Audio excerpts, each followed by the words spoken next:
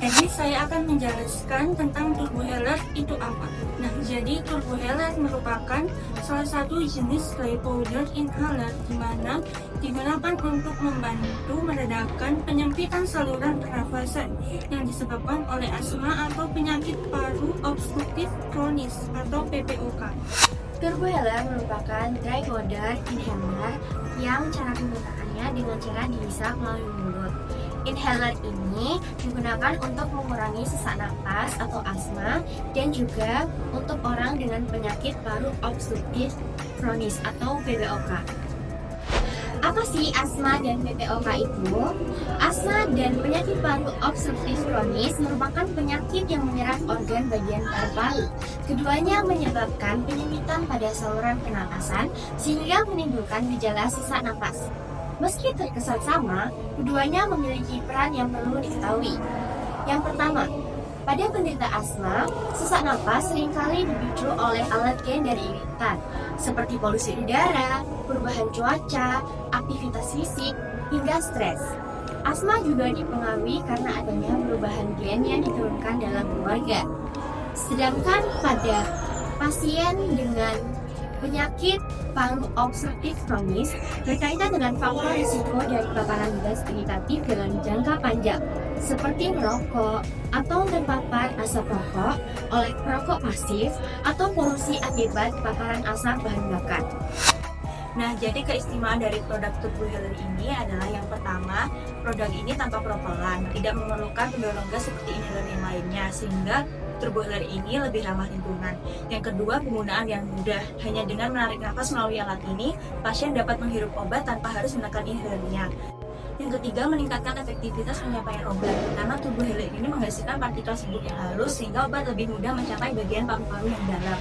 Yang keempat, dosis yang akurat dan konsisten, karena produk ini dirancang untuk memberikan dosis yang sama pada setiap hirupan sehingga membantu menjaga dosis pengobatan tetap konsisten.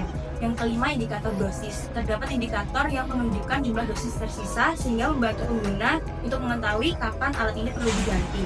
Yang keenam, portable dan tuning. Desainnya ringan dan tanpa suara membuatnya nyaman dibawa dan digunakan di mana saja tanpa menarik perhatian. Berikut adalah cara penggunaan dari turbo healer. Sebelum menggunakan turbo healer, jangan lupa untuk mencuci tangan terlebih dahulu. Yang pertama, putar dan lepaskan penutup inhaler. Setelah itu, posisikan inhaler tegak lurus dengan memegang bagian grip merah di bagian bawah inhaler. Setelah itu, putar inhaler ke kiri, lalu ke kanan, hingga terdengar bunyi klik. Tempatkan toothpaste di antara gigi, lalu rapatkan bibir, dan hisap kuat dan dalam inhaler.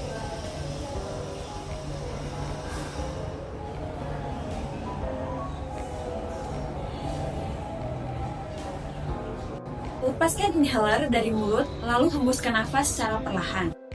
Setelah menggunakan turbo healer, jangan lupa untuk membersihkan toothpaste dengan menggunakan tisu kering. Lalu, tutup kembali turbo healer dengan rapat. Jangan lupa berkumur dengan air bersih dan jangan ditelan.